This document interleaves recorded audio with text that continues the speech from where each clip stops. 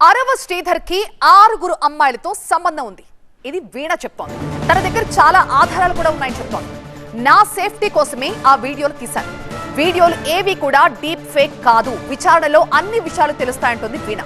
జనసేన విచారణ కమిటీ కూడా పిలిచింది. మా వర్షన్ కూడా వినిపిస్తామంటోంది. జనసేన ఎమ్మెల్యేకి తనతోనే కాకుండా మరో 6 అమ్మాయిలతో సంబంధం ఉందంటున్నారు బాధితురాలు వీణ. తన సేఫ్టీ కోసమే వీడియోలు తీశారని, జనసేన విచారణ కమిటీ నుంచి కూడా పిలుపొచ్చిందని, త్వరలోనే తన వెర్షన్ వినిపిస్తారంటున్న వీణతో మా ప్రతినిధి రంజిత్ ఫేస్ టు ఫేస్. అరవ శ్రీధర్ పై లైంగిక ఆరోపణలు చేసిన వాణి ప్రస్తుతం అంతా ఆమెతో మాట్లాడదాం. మీరు ఏవైతే ఆరోపణలు చేశారో, వీడియోలు విడుదల చేశారో, ఇవన్నీ కూడా డీప్ ఫేక్ వీడియోలు అనేది కూడా ఎమ్మెల్యే శ్రీధర్ చెప్తున్నారు. ఏం చెప్తారు? అవన్నీ డీప్ ఫేక్ వీడియోస్ కాదండి. అది శ్రీధర్కి కూడా తెలుసు.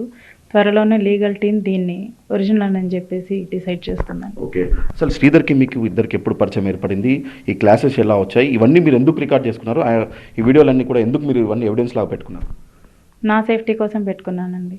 ఇన్ కేస్ ఒకవేళ పెళ్లి చేసుకుంటే వెల్ అండ్ గుడ్, లేకపోతే నన్ను మోసం చేశాడని కనీసం నేను పక్క వాళ్ళకి చెప్పడానికైనా సరే నా దగ్గర ఎవిడెన్సెస్ కావాలని చెప్పేసి నేను రికార్డ్ చేసుకోవడం జరిగింది. నేను చేసిన ప్రతి స్క్రీన్ రికార్డు శ్రీధర్ పర్మిషన్తోనే చేశాను. ఇలా చేస్తున్నాను అనేసి చెప్పే చేశాను. చేసుకోవినా మన సేఫ్టీకే ఉంటాయి కదా అని చెప్పేసి కూడా అతను చెప్పడం జరిగింది. ఎందుకు మీ ఇద్దరి మధ్యలో ఎక్కడ చెడింది మరి పర్మిషన్ తీసుకుంటే? అతను నాకు తెలిసింది ఏప్రిల్లో అతను నాతో పాటు వేరే 6 మంది అమ్మాయిలతో మాట్లాడుతున్నాడని చెప్పేసి నాకు తెలిసింది ఏప్రిల్లో. సో అప్పటి నుంచి అతను ఎంత ఎఫర్ట్స్ పెట్టినా, అతను ఎంత కావాలనుకున్నా సరే నేను నమ్మలేదు. ఓకే, మీరు అంటే చెప్తున్నారు 5 అమ్మాయిలతో మాట్లాడుతున్నారు, దానికి సంబంధించిన ఆధారాలు మీ దగ్గర ఉన్నాయా? ఉన్నాయండి.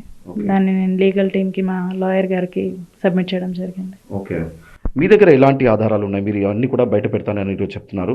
ఇంకా ఫర్దర్ ఎలాంటి ఎవిడెన్స్ మీ దగ్గర ఉంది? మీరు ఫర్దర్గా ఏం చేయబోతున్నారు ఈ కేసులో?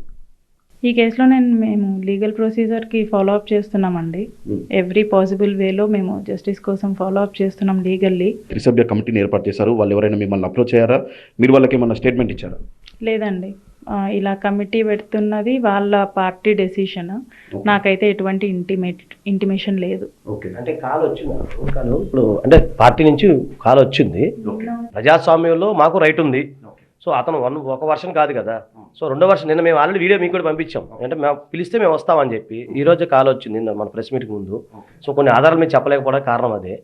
మేము రేపు వెళ్తాము, వెళ్ళేసి మాకు ఆధారాలను సబ్మిట్ చేస్తాం, చూపిస్తాం అని. ఇది మా దగ్గర మా వర్షం మేము చెప్పడం తప్పు కాదు కదా. తన వద్ద అన్ని ఆధారాలు ఉన్నాయి. ఇవన్నీ కూడా తను కోర్టు ముందు సమర్పిస్తానన్నటువంటి విషయాన్ని చెప్తున్నారు. అలాగే తనకు సంబంధించి ఏదైతే లైంగిక సంబంధించిన వేధింపులు పాల్పడ్డారో వీటన్నిటికీ సంబంధించిన విషయంలో ఫర్దర్గా తను లీగల్ ఫైట్ చేస్తానన్నటువంటి విషయాన్ని మాత్రం బాధితురాలు వాణి చెప్తుంది. Cameraman Naveen, Ranjith, TV9 Hyderabad.